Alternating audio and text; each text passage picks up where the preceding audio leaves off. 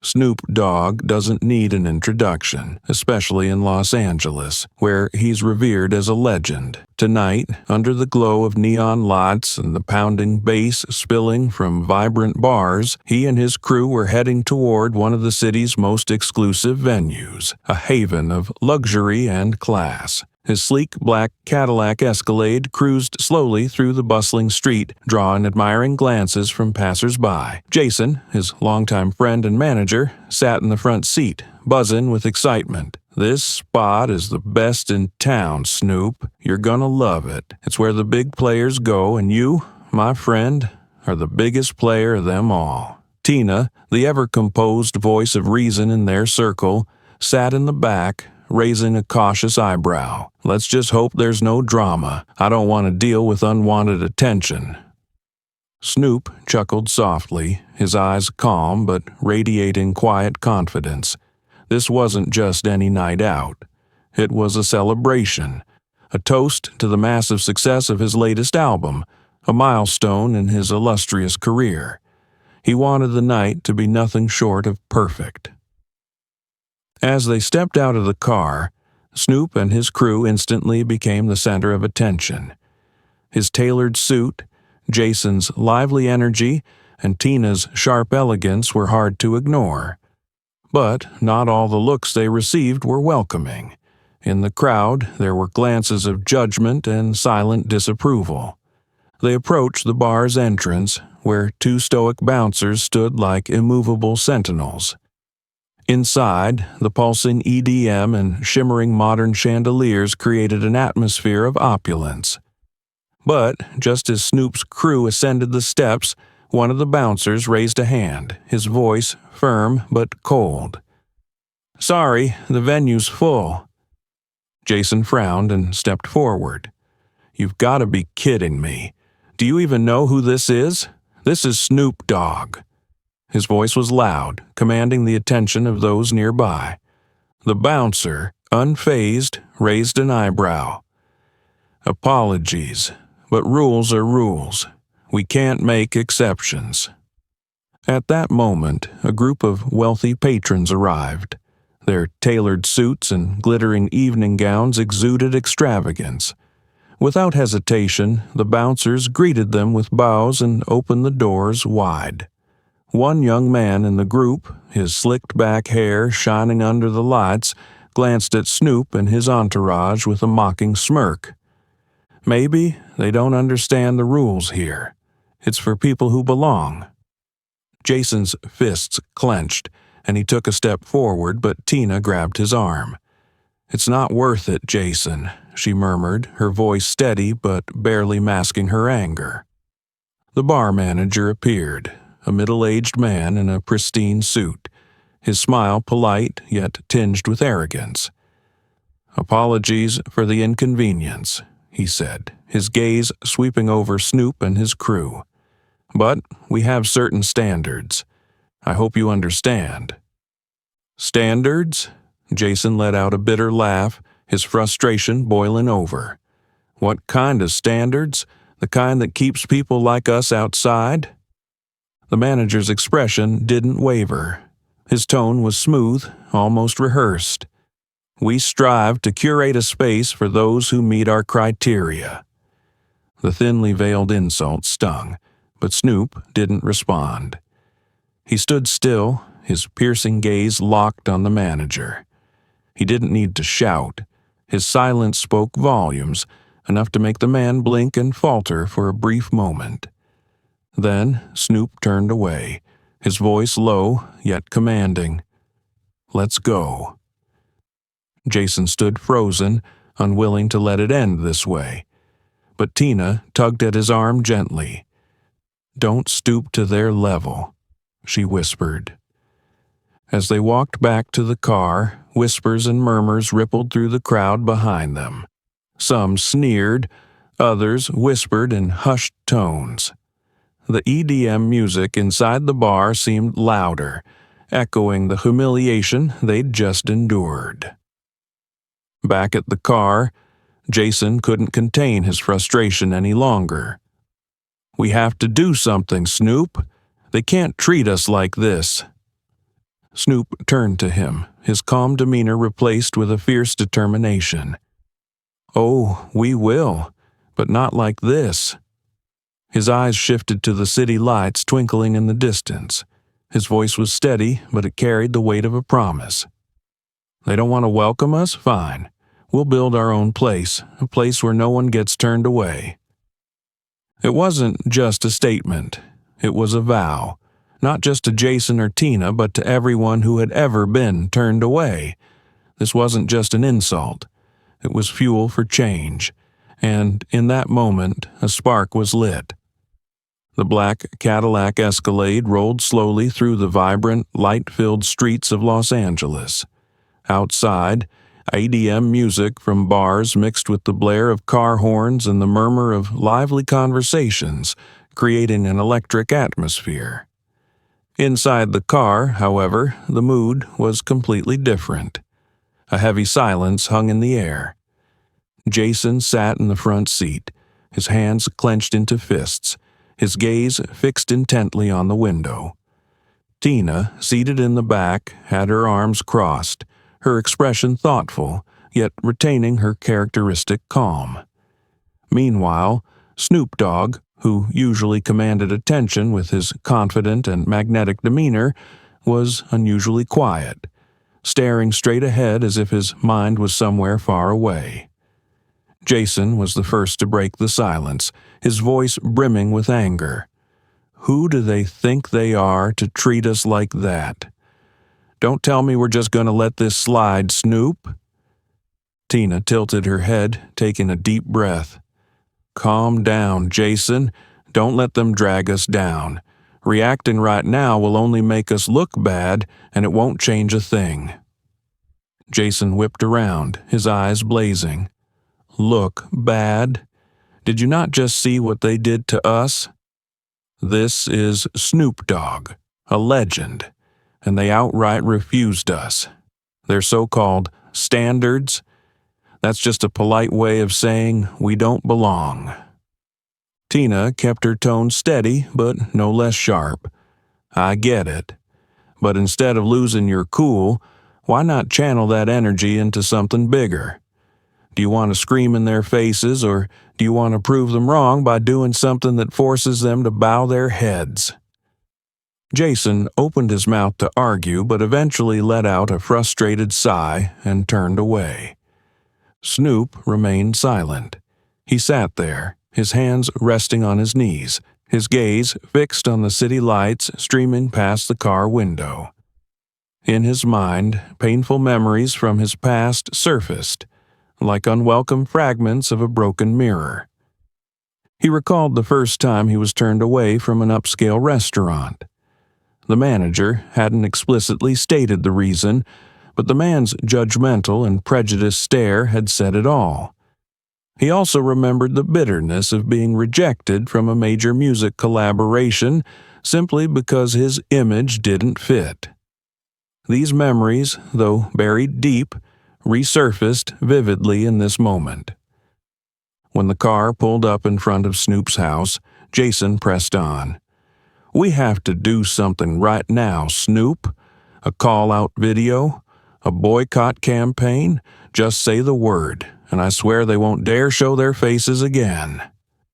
Tina shook her head, but before she could respond, Snoop stepped out of the car without a word. He walked straight into his house, leaving Jason and Tina staring after him. The living room was dark, illuminated only by the glow of the city lights filtering through the large windows. Snoop stood silently in front of the glass, one hand resting on the windowsill, his eyes gazing into the distance. His phone buzzed incessantly with messages and notifications from social media. One message caught his attention. It was from an older woman who wrote, "Don't let this bring you down, Mr. Snoop. I was kicked out of a restaurant once because of the color of my skin, but I didn't give up, and neither should you." He read the message again and again, as if each word was carving itself into his heart. This wasn't just his story. This was the story of millions who had been turned away, who had stood before closed doors simply because they didn't fit into some arbitrary standards imposed by others.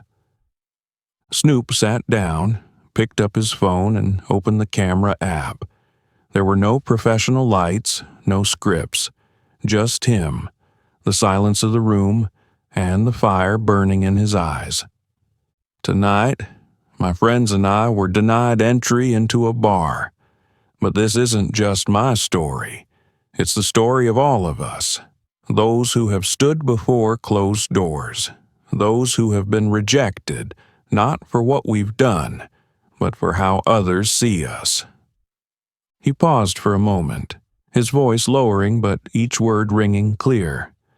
But if they won't welcome us, we'll create a space of our own, a place where everyone is welcome, no proof of worthiness needed. His gaze sharpened as he concluded, "They can shut their doors on us, but we'll open our own." Snoop hit post on the video with the caption, "We don't need to wait for acceptance." Within hours, the video went viral. Millions of views and hundreds of thousands of comments poured in. Personal stories from all over the world were shared. "Thank you, Snoop. I was once turned away from a fine dining restaurant even though I had a reservation. They didn't say why, but their look said it all. They always say, 'We're full, but the tables are empty. We need to change this.' Finally, someone is speaking up. Thank you, Snoop, for not staying silent." Tina read through the comments, her eyes shimmering with emotion. "You didn't just speak for yourself, Snoop. You spoke for an entire community." Jason, who initially wanted a more aggressive response, couldn't deny the impact of the video. "All right, Snoop, you've lit the fire, but what now? Do we just talk about it, or do we actually do something?" Snoop turned to Jason, his gaze steady and resolute. "We do something, but not out of revenge. We're going to do something bigger than they can imagine." Tina straightened in her seat, her eyes bright with curiosity. "What do you mean?" Snoop smiled faintly, but his voice carried unwavering conviction. "We're going to create our own space, a place where no one is turned away, a place for everyone." It wasn't just words. It was the beginning of a plan, a movement, and a dream far larger than they had ever envisioned. Out of the humiliation of that night, a fire had been ignited, and this time, nothing could extinguish it. Snoop Dogg's video quickly became the center of attention on social media, spreading not just among fans but touching the hearts of millions. Personal stories began to emerge in the comments, each one a unique slice of the pain of rejection. "My family was turned away from a restaurant, even though we had a reservation. We stood there, humiliated as they said, 'We're full,' while empty tables were everywhere. I'm a chef, and I was denied a job because my menu was too daring. I love cooking, but it seems they weren't ready for anything different. Thank you, Snoop. It's about time we stop bowing to anyone. We need a space where everyone is welcome." In Snoop's small office, Tina held her phone, reading through the comments, her eyes glistening with emotion. "You're not just sharing your story, Snoop. You've become the voice of a whole community. This isn't just about you anymore." Jason, sitting nearby with arms crossed, still looked skeptical. "That's great, but how do we turn this into real action? These comments won't change anything if we stop at just words." Snoop sat across from them, thoughtful for a few seconds. He nodded, then spoke slowly but with determination. "You're right, Jason. They've opened their eyes because of what we said. Now, we have to do something bigger. Not just to respond, but to prove we don't need their acceptance. We'll create a space of our own." Tina leaned forward, her face alight with curiosity. "What do you mean?" Snoop emphasized every word. "A space where everyone, no matter who they are, is welcome. No need to prove anything." With a clear sense of purpose, the team started planning. Tina and Jason immediately set out to find a location to bring Snoop's idea to life. But they quickly realized that finding the right place was harder than they thought. At a large downtown restaurant, the manager greeted them with a cold smile. "The event sounds interesting," he said before continuing with a faux polite tone. "But we don't think it aligns with our image." Another bar rejected them outright. "Our clientele prefers a more private atmosphere, free from disruptions by outsiders." Jason left the bar, his anger boiling over. He slammed his pen down on the desk back at the office, his voice a mix of frustration and helplessness. "They don't even bother to hide their discrimination anymore. All we're asking for is a venue, and not only do they refuse, but they make me feel like we're begging." Tina stayed quiet, her eyes filled with determination. "We're not begging, and we'll find a way. Maybe we just need to think differently." Eventually, they found an old warehouse on the outskirts of the city, far from the glitzy lights of downtown Los Angeles. It was a sprawling, empty space, run down, with peeling paint on the walls and a thick layer of dust on the floor. Jason crossed his arms, frowning. "Seriously? This is where we're going to hold the event? It looks like it's about to collapse." Tina stepped inside, surveying the empty space. But instead of seeing cracks and grime, she saw potential. She smiled softly.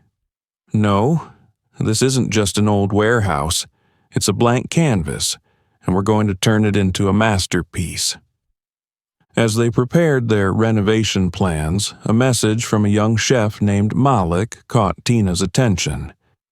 Malik shared that he had once worked at a high-end restaurant, but was dismissed because his menu was deemed unsuitable for the clientele. "I saw your video, Snoop," Malik wrote. "I want to be a part of this. I want to bring my food to a place where I'm not judged." When Tina called him, Malik showed up at their office with a passionate look in his eyes. He was a young man with a sincere smile and a confident voice. "I don't just want to cook. I want to prove that our food deserves a place on any table, anywhere." Snoop nodded, clapping Malik on the shoulder. "You'll get your chance, but make sure you make it special. Ready?" Malik grinned, his eyes sparkling. More ready than ever. Over the next few weeks, the team worked tirelessly. The old warehouse underwent a dramatic transformation. The walls were repainted in warm tones. String lights were hung across the ceiling, casting a soft, inviting glow. Long dining tables were covered with white linens, adorned with fresh flowers and flickering candles. The list of participating chefs grew, each representing a different culture. Malik, with his family's signature stew, became a centerpiece.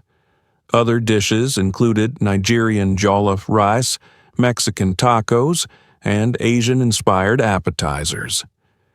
Tina, always meticulous with details, stood in the warehouse on the final day before the event. She looked around, smiling with satisfaction. "We did it." Jason still looked a bit anxious. "But what if no one shows up? What if we did all of this and, in the end, no one cares?" Snoop walked in, exuding confidence. "They'll come. They need a place like this, and we just gave them an invitation they can't refuse." When the night of the event arrived, the warehouse was no longer an empty space. The soft glow of the string lights, the aroma of diverse cuisines, and the gentle hum of background. Music created an atmosphere that was more than just a gathering. It was a powerful statement.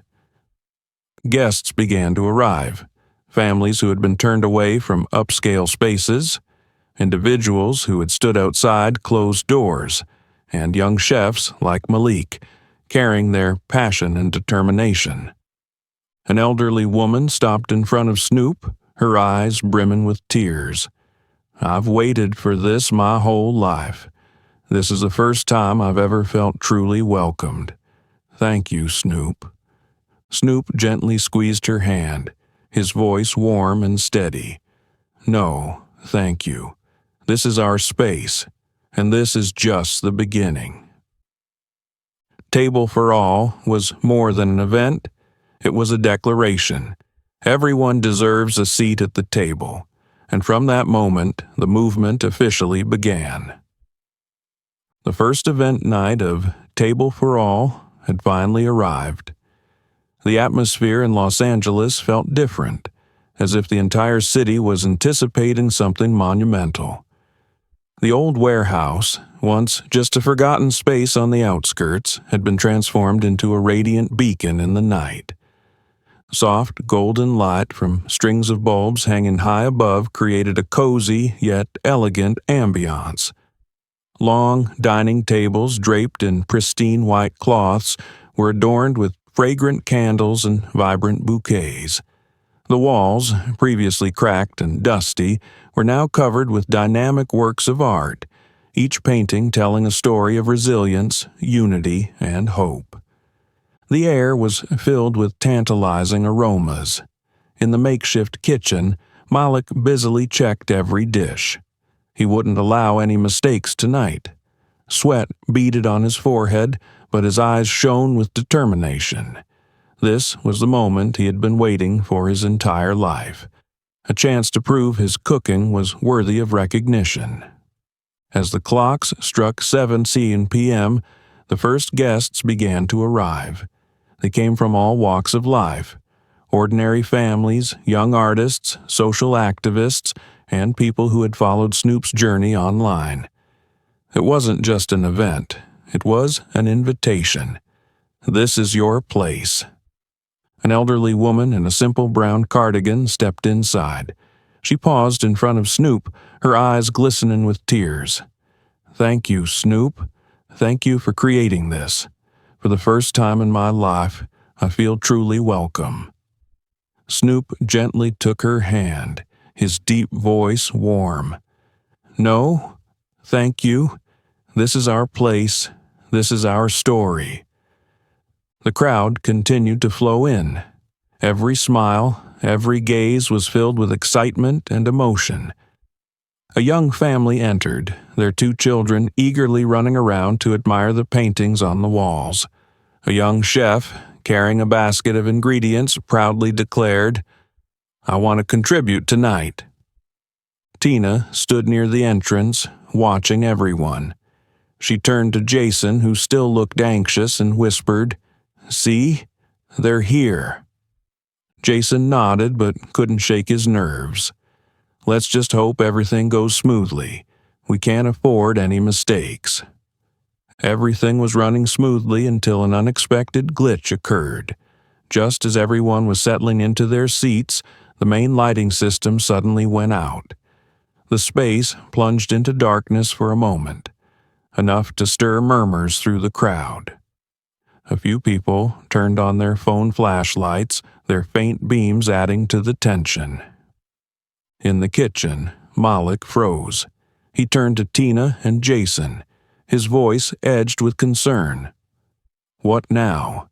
If we don't get the lights back, people will think this is a disaster." Jason frantically called the tech team, but Tina remained calm. She glanced around, her eyes catching the glow of candles on the tables. An idea sparked in her mind. "Turn off all the flashlights," Tina said firmly but calmly. "We'll turn this into an opportunity. Tonight, we're hosting a candlelit dinner." Standing near the stage, Snoop quickly caught on to Tina's idea. He stepped onto the platform, his familiar deep voice resonating through the room. "Everyone, it's all right.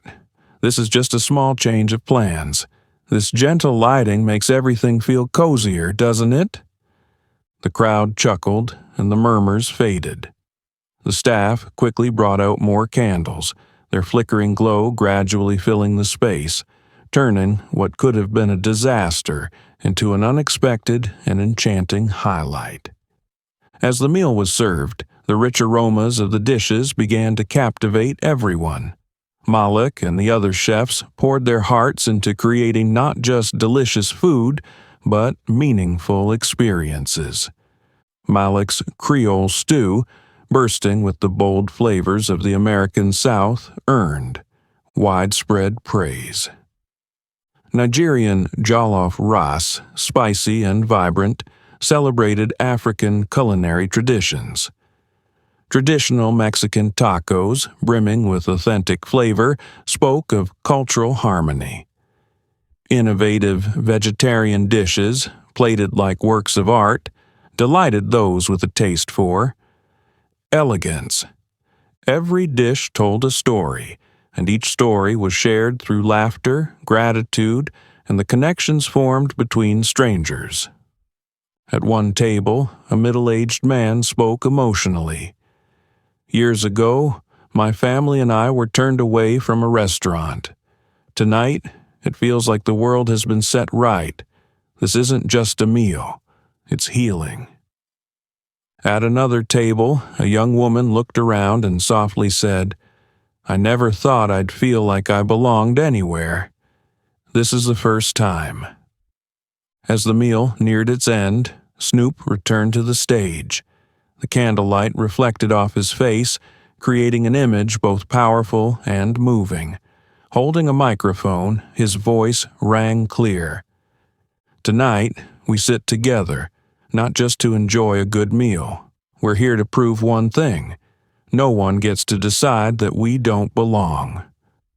The room fell silent, every eye fixed on him. They can close their doors to us, but tonight we've opened a new one, and this door will always welcome everyone. The space erupted into applause and cheers. Malik stood in the corner, his eyes glistening with emotion. Tina and Jason exchanged proud smiles. As the night came to a close, guests left with smiles on their faces. They carried not just the memory of the food, but the hope and belief that Table for All wasn't just an event. It was a movement, a promise that everyone deserved a place at the table.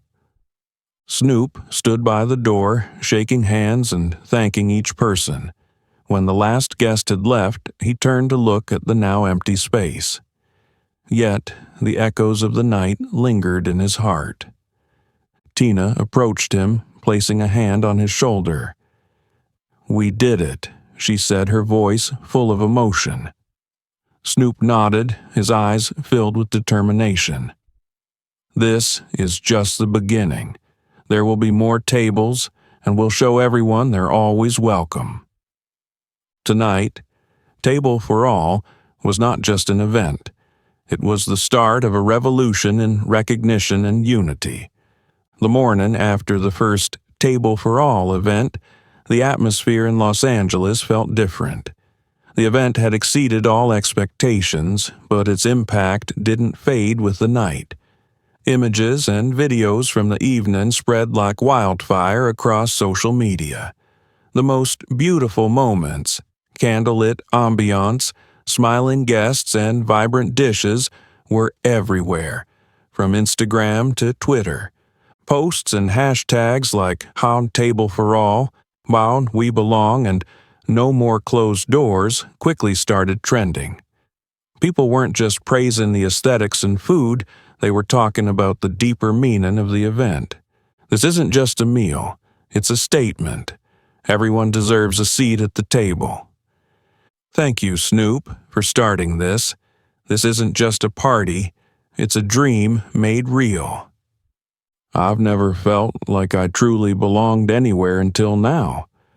I hope this is the beginning of something much bigger.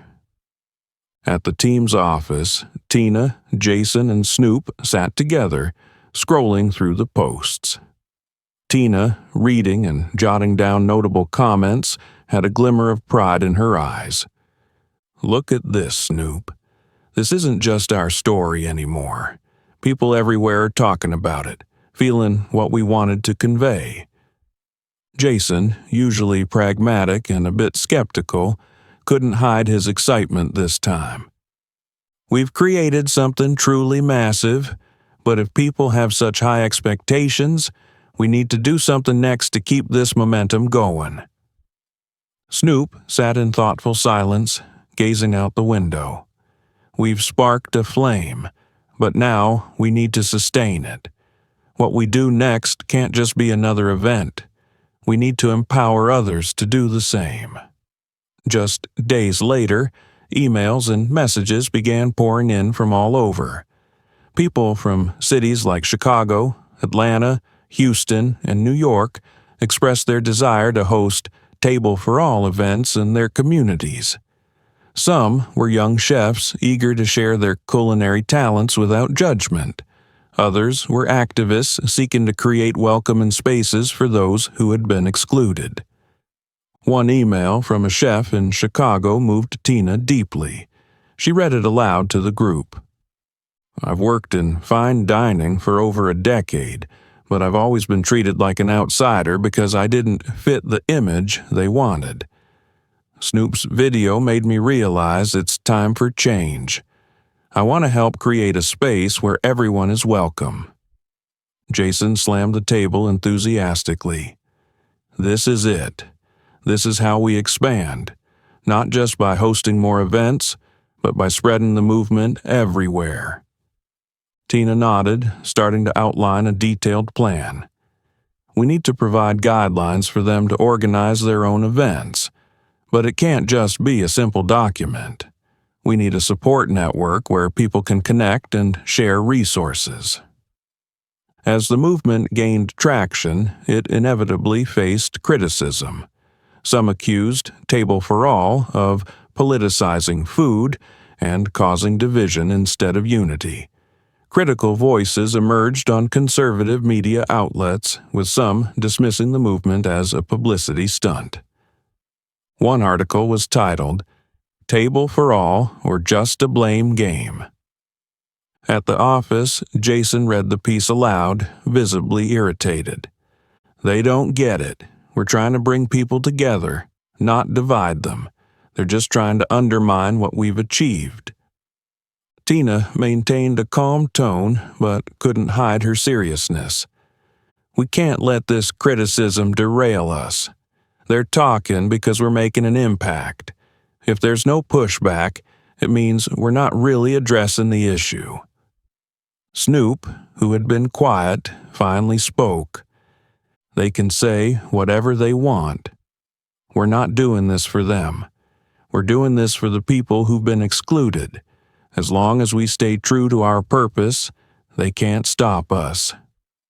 The next event was held in Chicago, where anticipation had been building since the success in Los Angeles.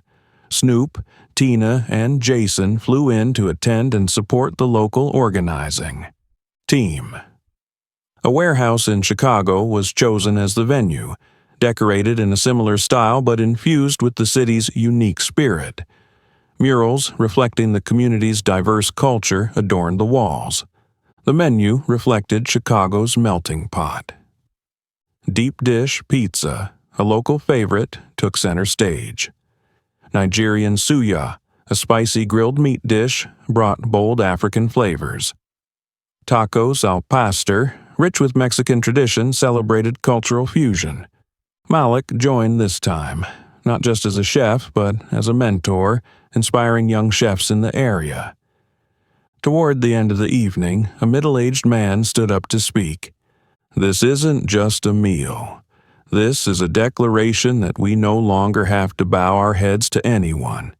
We belong here, and no one can take that away." As the Chicago event wrapped up, Tina received a message from a group of chefs in Atlanta eager to host the next event. Invitations from Houston, New York, and even smaller cities were lining up. In a post-event meeting, Jason addressed the team. "We're not just hosting meals. We're building a movement, a nationwide community. But if we want it to be sustainable, we need to be careful. We have to help people truly understand the core mission of Table for All." Snoop looked around the room, his gaze filled with pride and a sense of responsibility. "Exactly. We've started something bigger than ourselves. That's why we have to keep going. This isn't just a movement, it's a promise that no one will be left outside the door." With those words, the team set out to prepare for the upcoming events, fully aware of the challenges ahead, but confident in the transformative impact of their work. "This is just the beginning," Snoop said.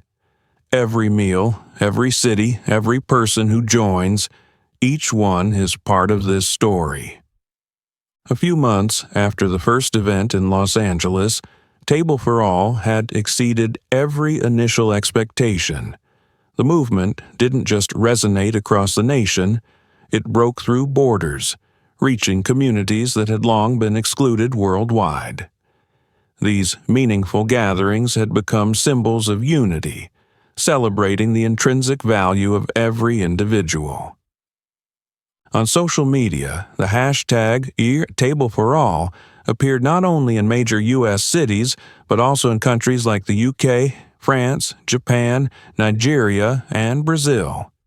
Stories from distant corners of the world began to emerge, each one carrying emotions and a thirst for change. One email from a young chef in Lagos, Nigeria, captured the team's attention. He wrote, "What Mr. Snoop is doing is an enormous inspiration. Here, many people are never allowed into upscale restaurants simply because they don't fit the image those places want.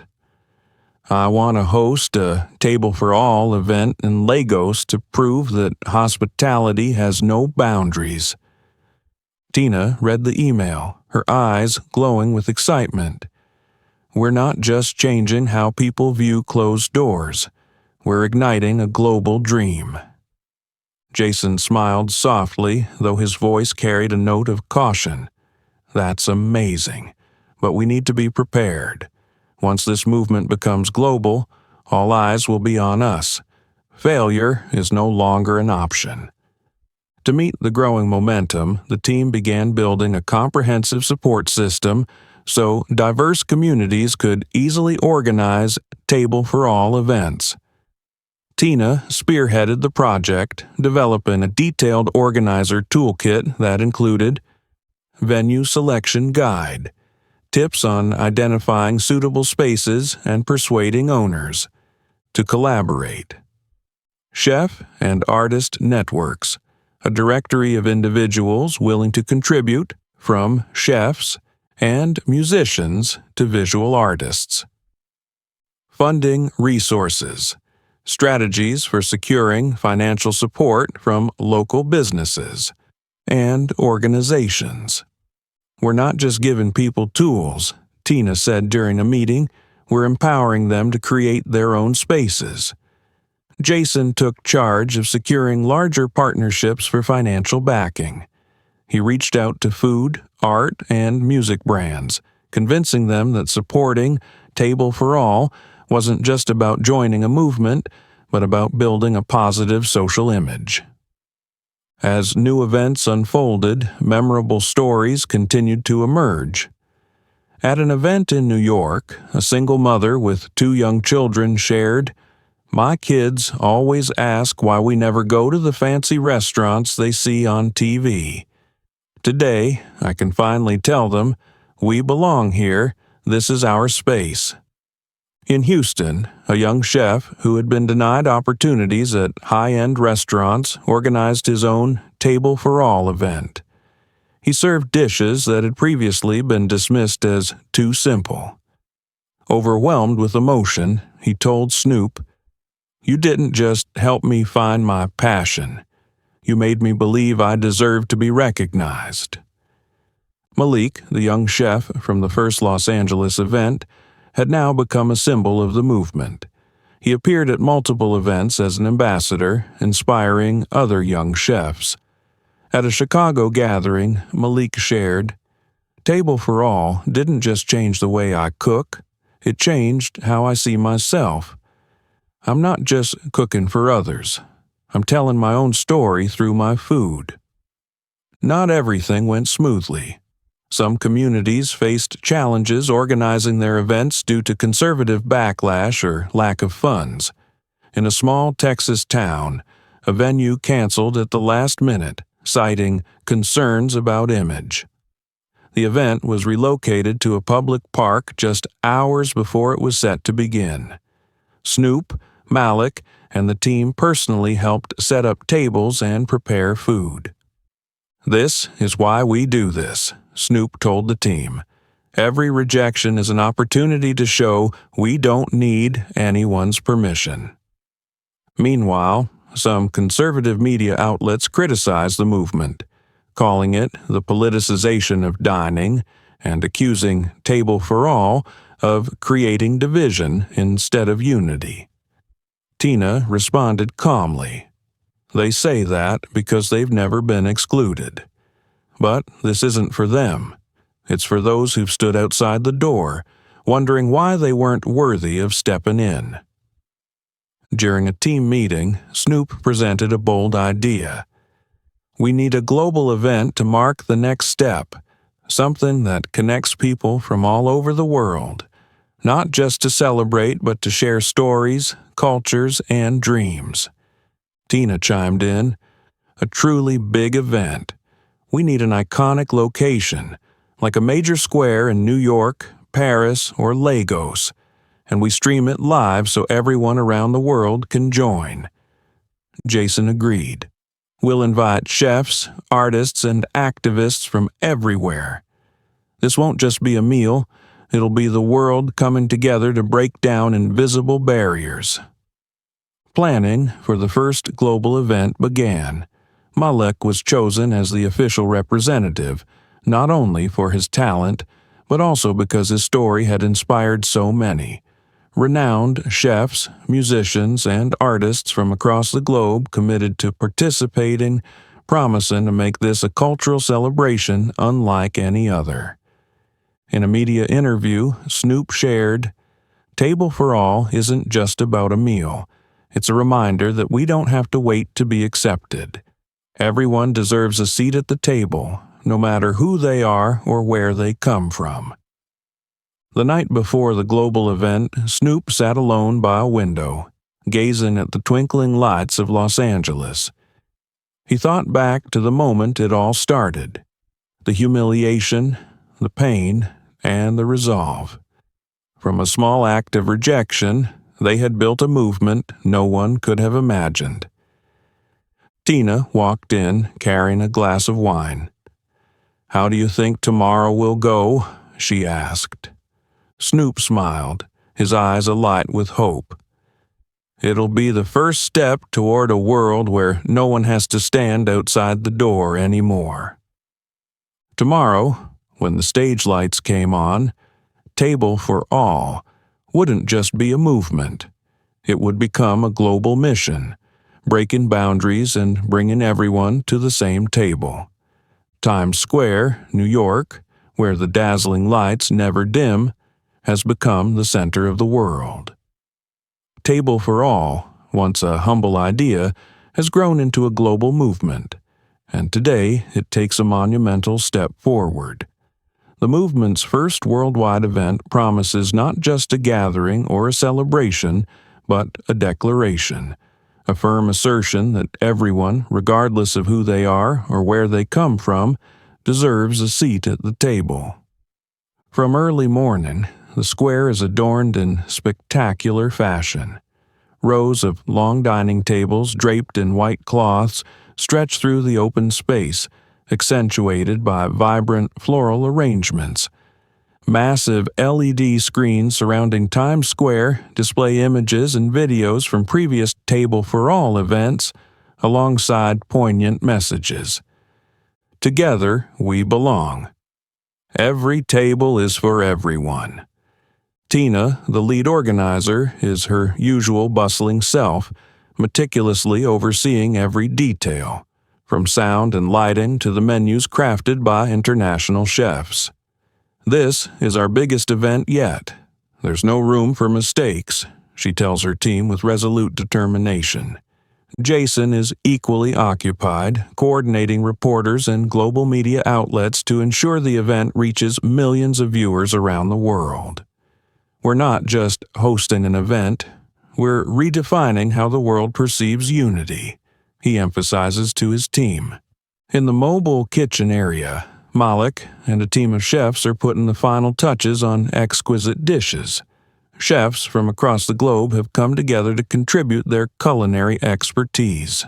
The dishes are not just meals, they are stories from diverse cultures. Japanese sushi, with its precise cuts and delicate flavors, symbolizing care and respect for tradition. Moroccan tagine, warm and richly spiced, telling tales of family and togetherness. Brazilian feijoada, a hearty stew representing community and integration. American Creole gumbo, a testament to cultural fusion and the strength found in diversity. Malik surveys the completed plates, taking a deep breath to steady himself. "This isn't just food," he tells his team. "This is how we bring people closer." At precisely 6 p.m., as the sun sets, the lighting in Times Square shifts. Strings of warm golden lights illuminate the space, creating an atmosphere that feels both intimate and grand. Soft jazz music plays in the background as the first guests arrive, a mix of social activists, artists, and ordinary people who have faced rejection in their lives. Each person is greeted with a warm smile and the words, "Welcome to Table for All. This is our table where you always belong." Snoop, dressed sharply in a sleek black suit, takes the stage. His gaze sweeps across the sea of faces and the live feed screens broadcasting the event to the world. His voice, rich and full of emotion, rings out, "Welcome to Table for All. From a small idea, born out of a night of rejection, we have built a movement together. Today, we don't just celebrate diversity, we celebrate unity, compassion, and the right to belong for every single person." Thunderous applause erupts. The crowd cheers, the energy palpable. Throughout the event, the massive LED screens showcase inspiring stories from around the world. One story features a chef in Mumbai, India, who organized a Table for All event for low-income families. For the first time in their lives, these families experienced the joy of sitting at an elegant table, enjoying meals they had only seen on TV. Another story spotlights a young woman in Paris. Once rejected from a prestigious restaurant job because her name didn't sound French, she gained the confidence to open her own bakery through the Table for All movement. There, she welcomes everyone, regardless of their background. Each story is a powerful reminder that the movement is not just changing individual lives, it's igniting hope and empowerment for millions. As the dishes are served, people sit side by side with no distinctions or divisions. An elderly man sits next to a young boy. Though they've never met before, their laughter and conversation flow like that of lifelong friends. On stage, artists from around the world perform. A Brazilian band plays samba, a Nigerian singer delivers a soulful folk song, and a spoken word poet from Atlanta recites a moving piece about struggle and hope, leaving the audience in profound silence. As night falls, Malik is invited to the stage. Holding the microphone, his voice trembles slightly with emotion. "I used to think I wasn't good enough, but today, I'm not just a chef. I'm part of this movement, and I know we're changing the world, one table at a time." The crowd rises to its feet in applause. cheers echoing through the square. As the event nears its end, Snoop takes the stage once more.